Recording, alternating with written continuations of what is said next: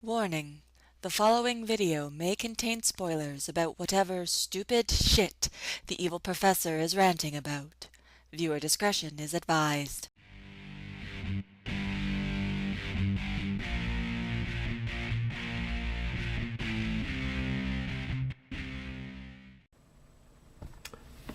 Hello class!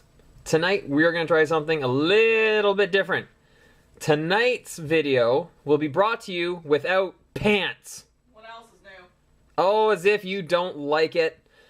The trick is that the exception or the rule? Oh, yeah, have I totally offended and grossed you out yet? That's okay, and the thing is, I don't know, you can't really tell whether I'm wearing pants right now or not. At any rate, we're going to do something a little bit different. We're not going to do a lesson in the strictest sense, we're going to do a lecture. You might learn something. You might not. So, if you want, I won't be horribly offended if you want to open another browsing tab and you want to check out the rest of your websites while you listen to my wonderful voice telling you about whatever is on my mind. Please feel free to do so. However, tonight we're going to talk about Walking Dead. It's March 27th. I think it's the 27th, 2013. We are just about at the season finale for season 3, and there's something I want to talk about in regards to Walking Dead. Not necessarily about any specific episode, but I just want to talk about something that I've noticed in The Walking Dead. Now, does this apply to the comics or to the TV show? Well, I need a little demonstration for you. If you've watched any of the Walking Dead and any of the commentary and behind-the-scenes nonsense and Talking Dead and all that stuff, they tend to refer to the TV show as being on the highway. We'll draw a little line there showing that you can pass. See, that's a highway, and we're going up this way because we're in North America. This would be the comic. The TV show, on the other hand, what they've done is they've taken an off-ramp. This is my screwy little off-ramp, and then it gets to here, and then you can kind of either go this way and go underneath, or you can go over this way and then turn and then dilly-dally around and all this kind of bullshit. This would be the TV show. Whoops, TV show. Basically, to keep people like me from knowing exactly what's going to happen the whole time, they've done this thing where, yeah, the show is going in the same general direction as the comic, but they're taking the back roads. They're going to take a little more time and have a little more fun on the way, I guess. So it does kind of relate to both. And I should point out, just in case you missed it at the very beginning, spoiler alert, I will be talking about the show and some of the stuff from the comic. I've read up to about issue 100. I'm a little bit behind. But if you're behind on the show or on the comic book, you might want to click the stop button right away. Okay?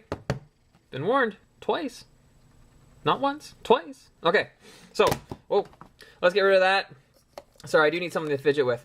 One of the things I've noticed about The Walking Dead in both the comic book and in the television show is that you take your protagonist or your protagonists, plural, and there seems to be a pattern that happens. And part of that pattern is that you take your group of protagonists, your main characters, and they show up somewhere safe. So let's say our little ball-headed Spider-Man here is our protagonist. He's our Rick Grimes. Wouldn't that be cool if Rick Grimes was Spider-Man? Anyways, so what happens is we try to put his head together, and at one time I could do this competently. There we go. And he gets to a place and he's happy. Yay! And then he meets other people. I need some other people. Okay, we'll use whatever the hell this is. We've got crappy Burger King Bayformers Optimus Prime from some movie. Anyways. Yay, people. And then they have drama. Something happens, the shit hits the fan, and then the zombies show up and they eat half the people, and then the remaining people run away. Then they show up in some new location. They seem safe. They meet some new people. They interact. The shit hits the fan. Half of them die. And then the rest run away. If you don't think this is true, I want you to think about at least the TV show.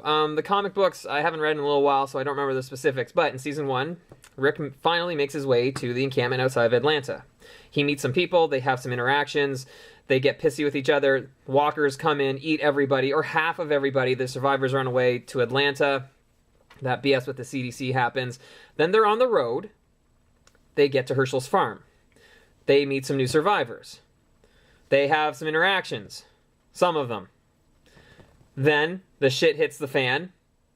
A good number of them die. They run away, are on the road, and then they make it to the prison, where they meet some other survivors. They have some interactions. And that's the point where we're at now, where we're just at the point where, oh my god, this shit's about to hit the fan. And we know it's going to, because they just killed off one of the major characters of the season. That would be Merle. And that's, well, it sucked, but it wasn't terribly surprising. That might be a rant for another time. So what am I saying about this? Basically, the way the formula is going, the way the pattern is that they get to somewhere safe. They meet some new people. They have some interactions with these new people. Shit hits the fan, either other people or zombies. A good chunk of the cast is going to get killed. And then they're going to run away, be on the road, until they get somewhere new. It's the pattern. And the comic book does this kind of the same way as well. They start at the camp. Something similar, I don't remember all the details, happens at Herschel's farm. It happens at the prisoner. Here's a spoiler. The governor gets killed! And then they're on the road for a while, and then, I don't know, they end up somewhere. I don't remember it all. I haven't read it recently enough, okay? So, this is what I'm expecting from the end of Season 3. Governor is going to attack the prison. The prison is going to fall. A whole whack of people are going to get killed. I think there's going to be a bloodbath. And maybe I would love to just list the characters that I think are going to die.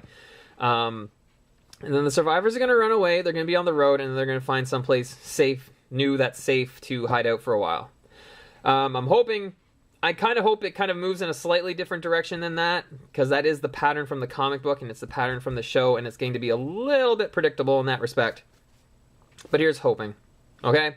So anyways, that is my theory on The Walking Dead. That's what I think is going to happen at the end of Season 3, which is coming up in the next few days. I'm excited for it. I am a fan of the show. Don't get me wrong. I absolutely love the show. It's just about the only thing I watch on a regular basis. Big Bang Theory. Yeah, I watch Big Bang Theory too, but I'm more invested in Walking Dead. Because Walking Dead has zombies. Big Bang Theory does not. And Big Bang Theory also does not have Optimus Prime or ninjas. So, anyways. So, that is our lecture for tonight. Maybe we'll do some more of these whenever I think of something that's worth lecturing about. At any rate, thank you very much. Enjoy The Walking Dead if you so choose. Have a good night. Class is dismissed.